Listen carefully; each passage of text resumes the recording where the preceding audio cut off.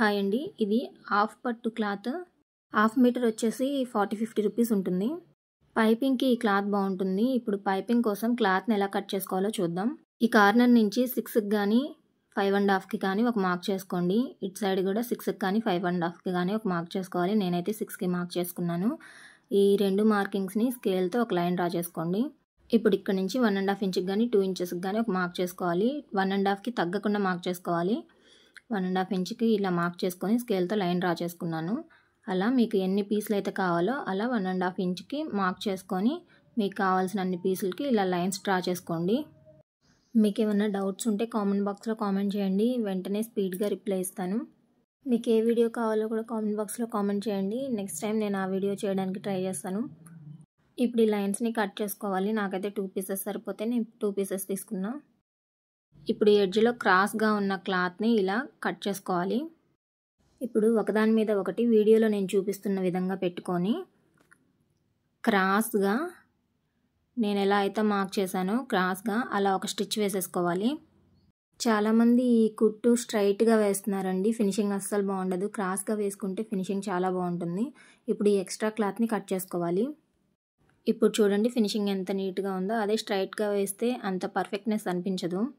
ఇప్పుడు పీస్కి one side ఇలా ఫోల్డ్ చేసుకొని వీడియోలో నేను చూపిస్తున్న విధంగా మొత్తం ఎండ్ దాకా ఇలా స్టిచ్ చేసుకోవాలి. ఫోల్డింగ్ వన్ సైడ్ వేసుకోవాలి. సెకండ్ సైడ్ ఇలా థ్రెడ్ పెట్టుకొని నేను ఎలా అయితే ఫోల్డ్ చేశానో అలా ఫోల్డ్ చేసుకొని సింగిల్ పాదంతో వేసుకోవాలండి. ఇది టైట్గా థ్రెడ్ మీద పడకుండా థ్రెడ్ పక్కన టైట్గా ఇలా నీట్గా, కొంచెం లేట్ అయినా పర్లేదు జాగ్రత్తగా వేసుకోవాలి. ఇది ఎంత నీట్గా వేస్తే మనకి పైపింగ్ అంత పర్ఫెక్ట్గా వస్తుంది. చూసారా ఎంత బాగుందో, పర్ఫెక్ట్గా అంత టైట్గా వేయాలి. పైపింగ్ చూడండి ఎంత నీట్గా వచ్చిందో. నేను చెప్పిన టిప్ ఫాలో అయితే బిగినర్స్ కూడా చాలా ఈజీగా పైపింగ్ వేయగలుగుతారు. ఇప్పుడు నెక్కి పైపింగ్ ఎలా వేయాలో చూపిస్తాను చూడండి. నేను వేలుతో చూపించిన వైపు థ్రెడ్ ఉంది. ఆ థ్రెడ్ని ఆనుకొని టైట్గా స్టిచ్ వేసుకోవాలి. మీరు ఎంత నీట్గా టైట్గా పట్టుకొని స్టిచ్ వేస్తే అవుట్లుక్ అంత బాగుంటుంది. వేయడం అయిపోయింది. ఇప్పుడు ఈ ఎడ్జ్లో ఉన్న క్లాత్ని మనకి నెక్ దగ్గర రౌండ్ తిరగడానికి ఇలా కట్స్ పెట్టుకోవాలి. అప్పుడే మనకి ఫినిషింగ్ నీట్గా ఉంటుంది. కట్స్ పెట్టుకోవడం అయిపోయిన తర్వాత వీడియోలో నేను చూపిస్తున్నట్టు ఇలా ఫోల్డ్ చేసుకోవాలి. ఇలా నీట్గా ఫోల్డ్ చేసుకొని ఆ పైపింగ్ మీద పడకుండా ఎడ్జ్ నుంచి ఇలా నీట్గా స్టిచ్చింగ్ వేసుకోవాలి. ఇదంతా సింగిల్ పాదం మీదే జరగాలి. చూడండి పైపింగ్ ఎంత నీట్గా వచ్చిందో, పర్ఫెక్ట్గా వచ్చింది. నడుముకి పట్టీ వేయకుండా నడుము దగ్గర కూడా ఇలా పైపింగ్ వేసేస్తున్నాను. సేమ్ మనం నెక్కకి ఎలా అయితే వేసామో అలాగే క్లాత్ తీసుకొని నడుముకి కూడా వేసేసుకోవాలి. చూడ్డానికి బ్లౌజ్ చాలా మంచి లుక్ ఉంటుంది.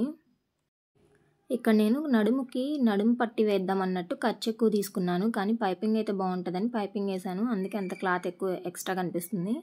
No problem.